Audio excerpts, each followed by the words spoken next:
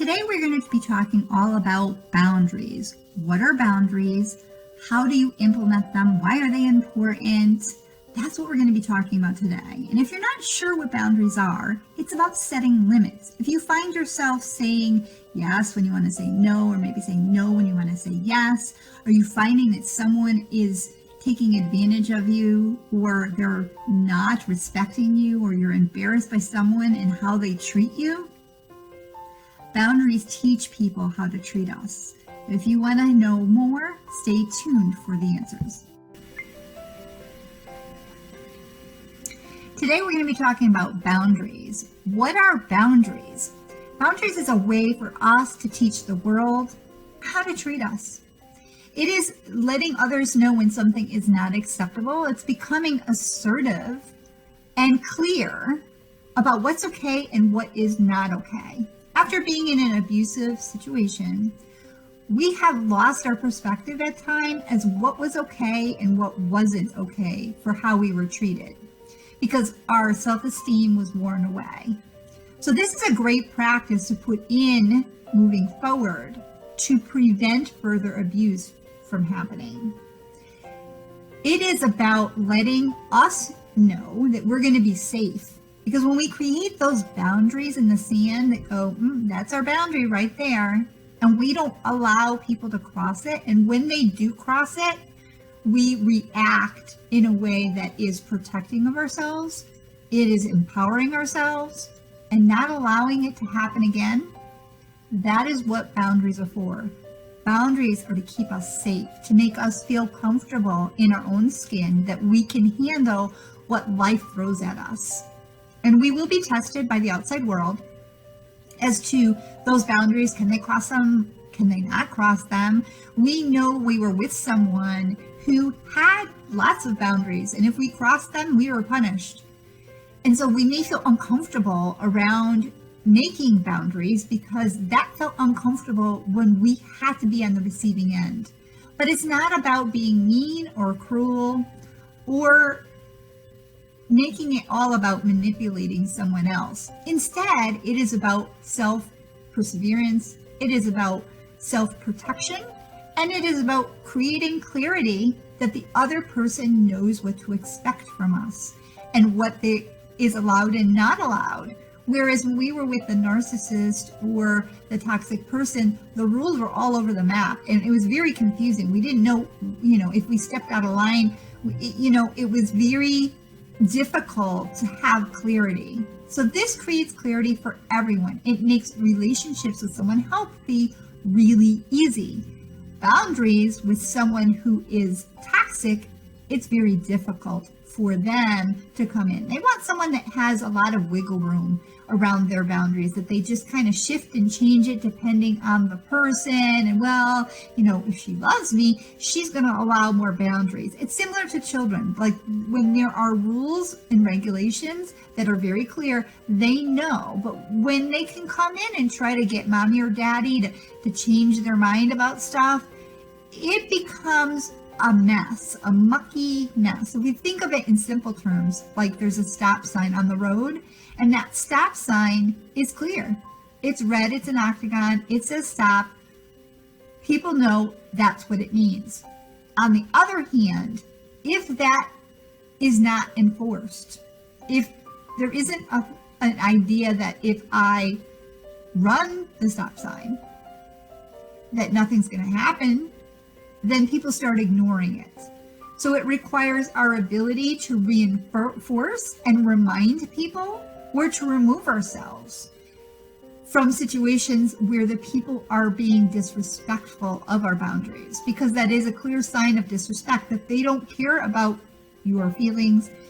They have no empathy for how it makes you feel, which is a red flag, right, for narcissism. Those are people that are toxic, that don't have your interests at heart, only their own. And someone who has clear-cut boundaries, the other person will recognize, oh, I'm not going to mess around with that, because if they value you, they value your boundaries, just as I'm sure you respect other people's boundaries when they don't want to go there. So what kind of boundaries might you need to put in place? Well, there's usually some core boundaries. That's what I call them. Core boundaries that are no matter what. These are the boundaries that are definite no-go boundaries. There is no physical attacks. There is no verbal attacks. There is no manipulation in the relationships that are showing me red flags that this person is dysfunctional. It could be that you will no longer allow gossiping. You don't want gossiping. You don't want to be part of gossiping. You know that it's a form of dysfunction and you don't want to go there. It may be that you don't lend money to friends. You don't lend money to any friends. That you are willing to meet up with someone part way, but you are not going to be the one that always drives.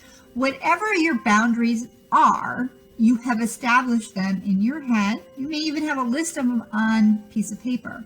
And whenever it comes up, it becomes easier because now it's more matter of fact that this is just how it is. You have decided this is what's healthiest and best for you, and this is how you're moving forward. Now, let's say, for you, boundaries, you pick one and you go, okay, that particular boundary gets crossed because someone doesn't know that it's a boundary. The simple way to reinforce is just to let them know. Okay, so someone says to you something, brings up a topic that's very touchy or emotional for you, and you don't want to talk about it. They don't know that this is an emotional trigger for you, but you could let them know that by saying, I know you didn't mean anything by what you said. I just want you to know that that's a topic that I emotionally can't deal with right now, or I don't want to talk about that right now. Let's talk about something else. That person, if they're respecting you and they care about you as a human being, not even as a close relationship, they would say, oh, I didn't realize, I'm sorry. Yeah, let's talk about something else. And it would go out the window. You wouldn't need to reestablish that. Someone who is unhealthy and is finding that fun, or they're finding that a way to see how far you will go with your boundaries, will keep pressuring. Similar to a very young child who has not learned boundaries yet, like when mom's on the phone and they're like, ma, and you said no, and they keep, and you tell them, quiet, I'm on the phone, and they keep doing it. Someone of my cat who doesn't have boundaries now, she's talking in the background. That type of person is testing you, and they're like a child. They're testing to see where your boundaries are. So if you back down, you're letting them know that, oh, all I do is push and her boundaries don't matter. She's going to cave. She's going to give in. So it's important that we figure out what our boundaries are. We're able to clearly state what they are. When they are being crossed, that we have rules of how we're going to react. Do we walk away? Do we decide that I'm going to end the conversation myself, and no matter how much they bring it up, I just ignore them? That's up to us to decide. How many chances do we give someone? The beauty of it is when we decide this in a clear mind versus an emotional one when we're in it, it makes it much easier. It also becomes a practice that you do, and it becomes no big deal. So I remember when I was getting married, there was someone that was invited that wasn't coming. And I really respected her answer. She said to me, well, you know what? We go away every summer, and I won't come back for any occasion because this is our summertime, that this is what we do, so it's nothing personal. That was what she had established in order for her to enjoy her second home and her summertime that she was establishing with her husband, and this is what they do, that if she comes back for every holiday, every occasion of thing, then she wasn't honoring her needs of why they go there to begin with. So to come back in state every single time, she was like, no, I'm not doing that anymore. So it was nothing personal to me. This is meeting her needs. And so therefore, I understood and I respected the fact that she had that boundary. Now that I know that she has that boundary, that person would not be invited to any picnic or anything after that, because I know that's her boundary. There's no sense revisiting it. But someone who doesn't accept that as a boundary will keep pushing its limits. So what that does is it also avoids having to always say no to every single thing that comes down the pike. People know, oh yeah, it's the summertime. You may even hear people answer for somebody else in their boundaries. Oh, you know what, she doesn't drink, and so, you know, if there's alcohol, she's not going to go. So we won't ask her because we don't want her to feel bad. When the rules are established and other people get that, you don't have to say anything anymore.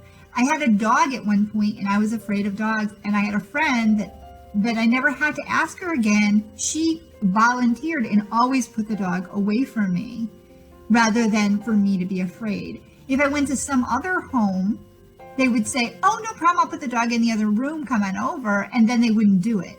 So that person was not caring about my feelings, my situation, my past trauma, and allowing me to feel unsafe.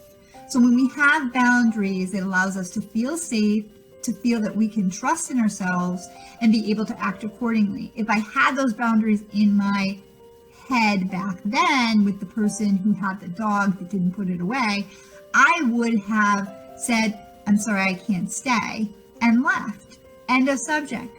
She knew, and she did not abide by it. I'm not saying someone that forgot, oh, the dog's out, I forgot.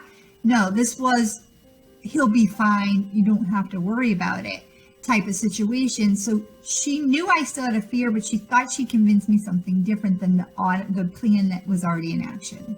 So that's the type of thing that I'm talking about in regards to boundaries. If you are working on some boundaries or you want help working on boundaries, comment below. You can message me privately.